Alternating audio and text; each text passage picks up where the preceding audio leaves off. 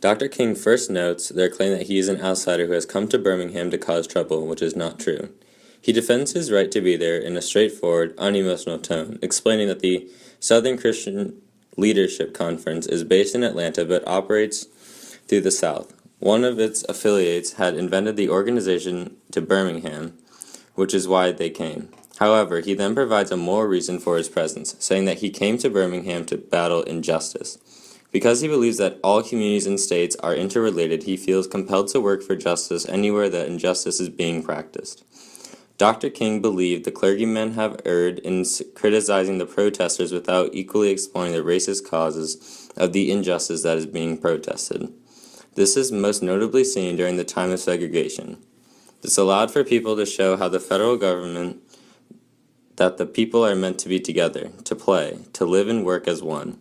Not many. Over the course of history, the northern United States seemed to recognize this after segregation was eliminated from the country, although there were still places which had people that had to deal with the racial slurs and other derogatory things.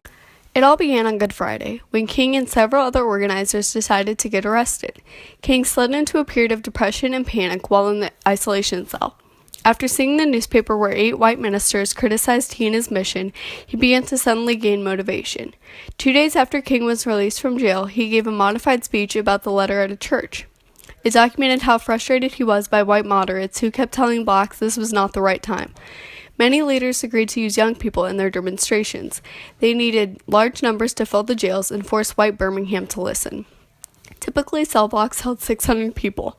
A ton of black students, meaning 1,500 and above, were shoved in these cells.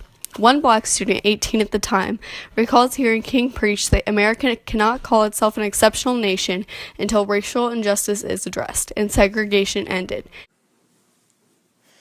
African Americans now constitute nearly 1 million of the total 2.3 million incarcerated population in prisons. African Americans are incarcerated at nearly 6 times the rate of whites. Together, African American and Hispanics comprise 58% of all prisoners in 2008, even though African Americans and Hispanics make up approximately 1/4 of the U.S. population. According to Unlocking America, if African American and Hispanics were incarcerated at the same rate of whites, today's prison and jail populations would decline by approximately 50%. The Civil Rights Movement was a struggle by African Americans in the mid-1950s to late 1960s to achieve civil rights equal to those of whites, including equal opportunity in employment, housing, and education, as well as the right to vote, the right of equal access to public facilities, and the right to free racial discrimination. When the blacks started protesting for their rights, it was made known that they wouldn't back down anymore for racial discrimination. It made white people very upset and angry. White people would try to get blacks in trouble and thrown into jail for any wrong thing that they could do.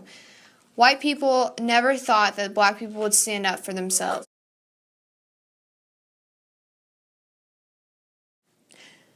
So white people were scared of that, and they wanted to go out of their way to make their lives even more miserable than what they had been before the movement.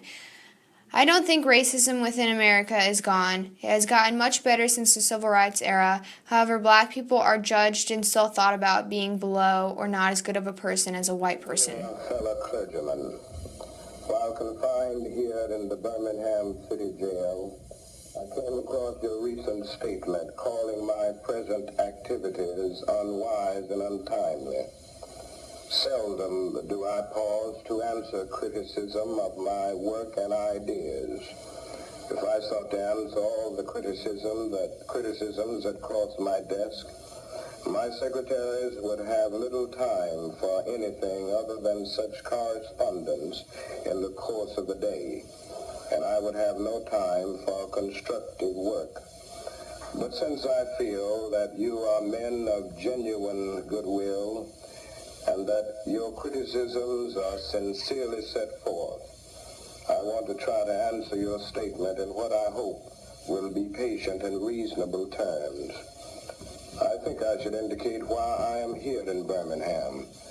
since you have been influenced by the view which argues against outsiders coming in. I have the honor of serving as president of the Southern Christian Leadership Conference, an organization operating in every southern state with headquarters in Atlanta, Georgia. We have some 85 affiliated organizations across the South, and one of them is the Alabama Christian Movement for Human Rights. But more basically, I'm in Birmingham because injustice is here. Just as the prophets of the 8th century B.C.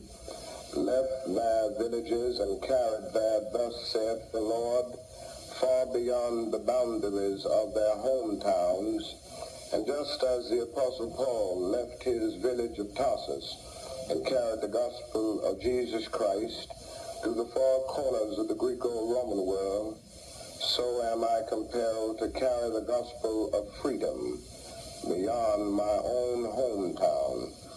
Like Paul, I must constantly respond to the Macedonian call for aid. Moreover, I am cognizant of the interrelatedness of all communities and states.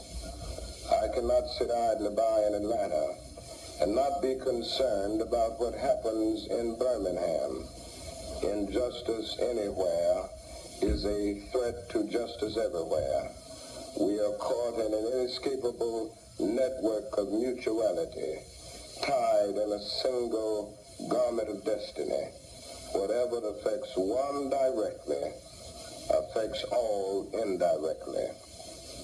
You deplore the demonstrations taking place in Birmingham, but your statement, I am sorry to say, fails to express a similar concern for the conditions that brought about the demonstrations.